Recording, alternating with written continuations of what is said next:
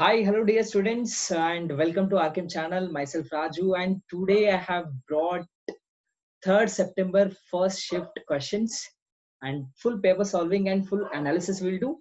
So fatafat like this video and share on social media and don't forget to subscribe the channel. Okay, so each like, each share will give me full motivation to do more and more videos. I'll keep updating videos in this channel, so subscribe this channel. Okay guys, so today we are looking at complete analysis of chemistry subject for 3rd September shift 1. Just look at the questions. Okay, so look at the complete analysis. So what chapters questions are asked. Okay, so this time solid state question came because on 2nd September there was no question from solid state. So solid state question, coordination, 2 questions, so liquid solutions, basic concepts, almost all concepts are covered. Okay, as expected. And this is the overall analysis, and the difficulty level is it is easy to moderate again for chemistry. It is not very tough, and it is mostly easy questions, and very almost 15% questions are tough, remaining questions are easy and moderate level only. Okay, so let's look at the questions also, question by question analysis. Look at this question, very simple. Periodic properties, find the atomic number of anilinium. That's right. So anilinium, so when you look at the nomenclature of IUPAC nomenclature, more than 100, atomic number is more than 100. So anilinium. N means what? An means 1. Only thing is N, right? So nil means 0, N means 9. So 109 is correct option. Got it? So this is directly taken from NCERT. It's a straightforward question, right? Next question, thermal power plants leads to. It is taken from environmental chemistry. As we have seen yesterday also, in 2nd September also, there was in each and every shift, there is question from environmental chemistry. So don't ignore this. This is very important. So thermal plant leads to, the different options are given, and the most suitable option is acid rain. Okay, so it is also straightforward, memory based. And next question is, which can form acidic buffer? So it is from ionic equilibrium.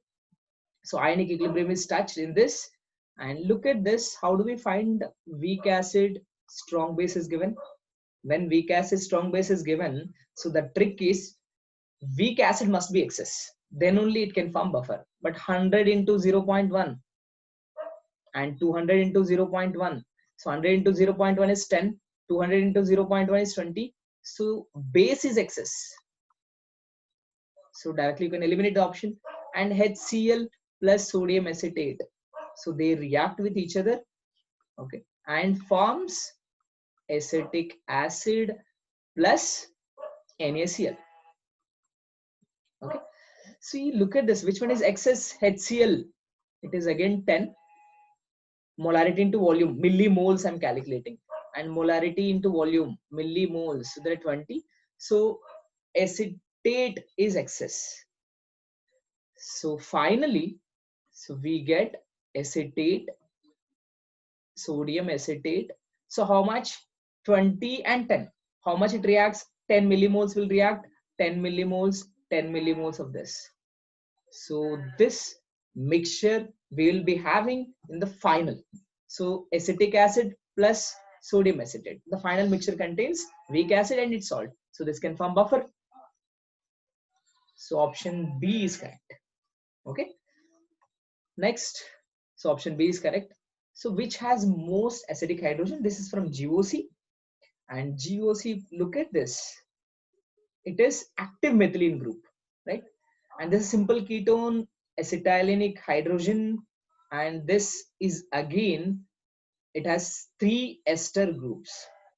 So if more stable the conjugate base, more stronger the acid is. So find out the stability of conjugate bases.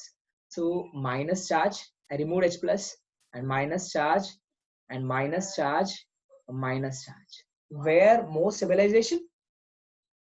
So this is resonance stabilized, more resonating structures. Structures for conjugate base. So that's why it is more stronger acid. It is okay. So final answer is option D. The reason is more stable the conjugate base, the more acidic it is, right? So look at the next question.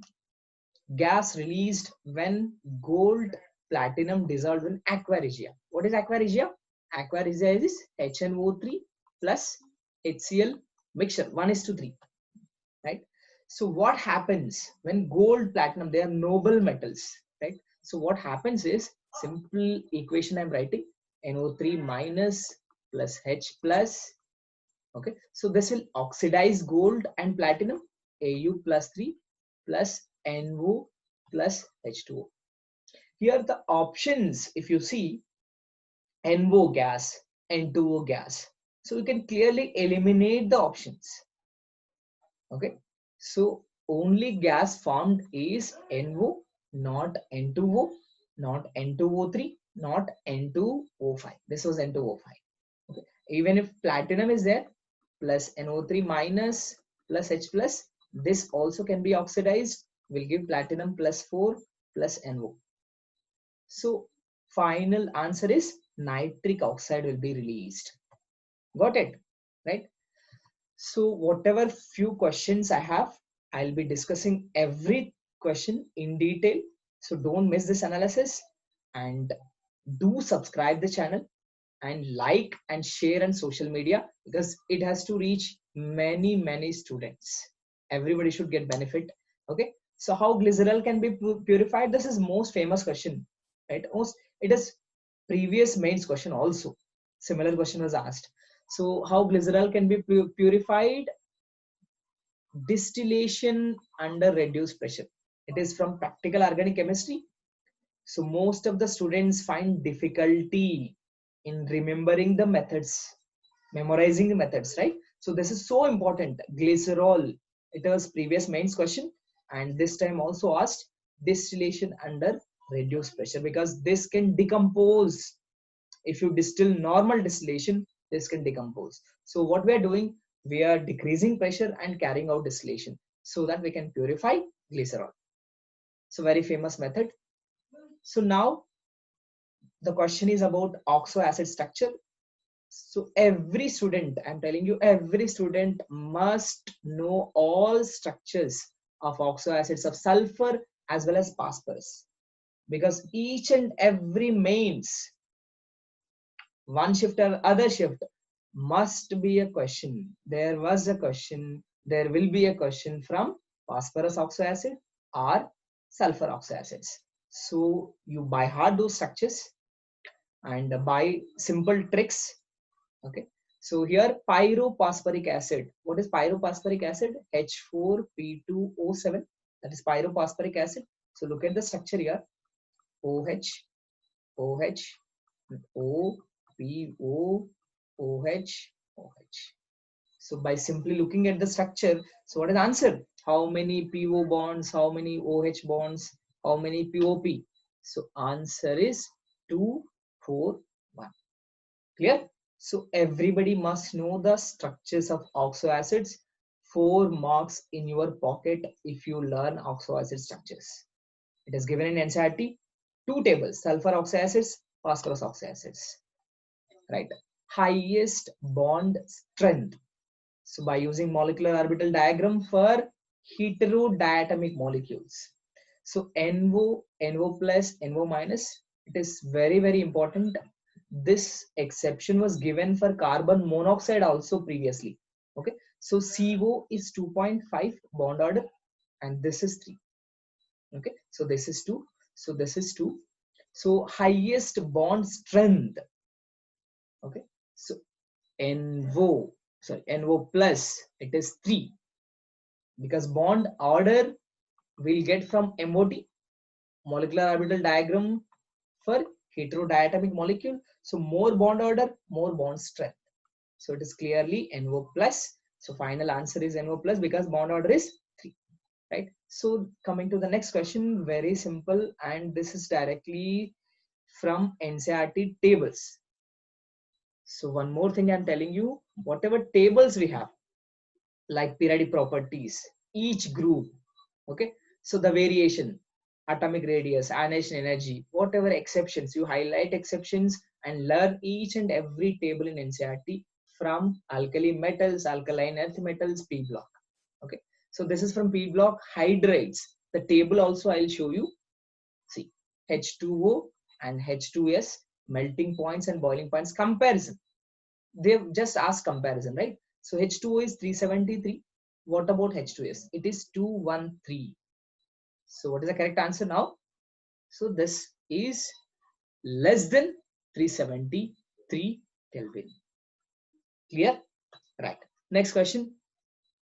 Which of the following is not the correct structure for C10H8O2? So what is happening with this is, on hydrolysis it is giving A.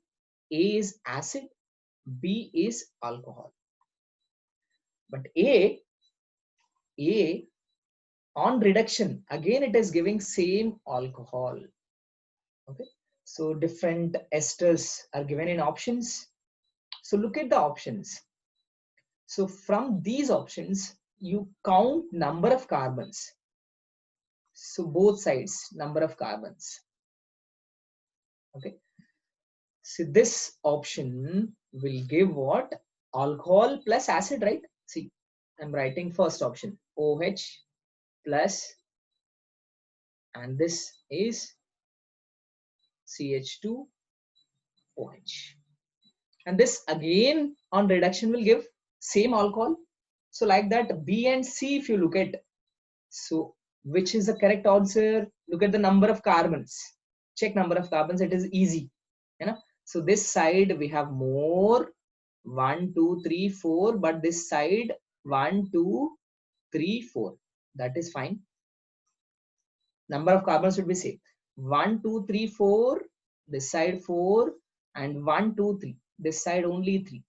It is not possible to decrease carbons by simple reduction, right? So option B is correct. Clear, right? So you can eliminate the options by just looking at number of carbons. So one more question here. Number of isomers, including this question somewhere. So wrong. Let's move on to the next question. Volume strength of 8.9 molarity H2O2. Okay. So 8.9 molarity H2O2. So molarity and volume strength relation.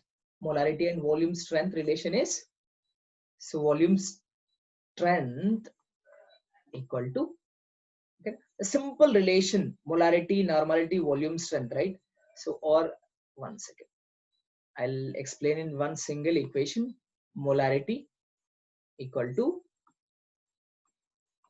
x by 11.2, or normality if they ask, x by 5.6. So x is volume strength. So we need to find x. Molarity is given, right? So simple, 11.2 into 8.9, 99.68. This is given in numerical. So next, find the mass percentage of aqueous solution of glucose, where glucose mole fraction is given as 0.1. Very simple. They are saying aqueous solution. So solute is glucose. Solute is glucose. Solvent is water. Solvent is water, right? So now mole fraction is given. So number of moles of glucose by number of moles of glucose plus number of moles of water is equal to 0.1. What is mole fraction? Moles of glucose by total moles, right? How do we get moles of glucose? So they're asking mass percentage. I'm taking 100 grams of aqueous solution. How much we have? 100 grams of total solution. So x gram glucose here, okay, and 100 minus x grams water. So there is simple equation, we get x by 180 by x by 180 moles. Yeah, there's a mass. So mass by molar mass. Molar mass of glucose is 180. X by 180 plus 100 minus x by 18, so that is equal to 0.1. If you solve this, so the mass percentage, the x value is mass percentage. So how much you get? 47.3. So x you will get is 47.3. That is mass percentage. Clear? So this is also given in numerical. And one more good question from solid state. It is given as numerical. So find the radius of atom. They have given A. A is 405 picometer, and density is given 2.7 into 10 power 3, and mass is given and 2.7 into 10 power minus 2 SI units. So the simple formula, we have density Zm by A cube Na. So first of all, we need to find out Z from this equation. So Z, if you substitute density A and M, we get Z equal to 4.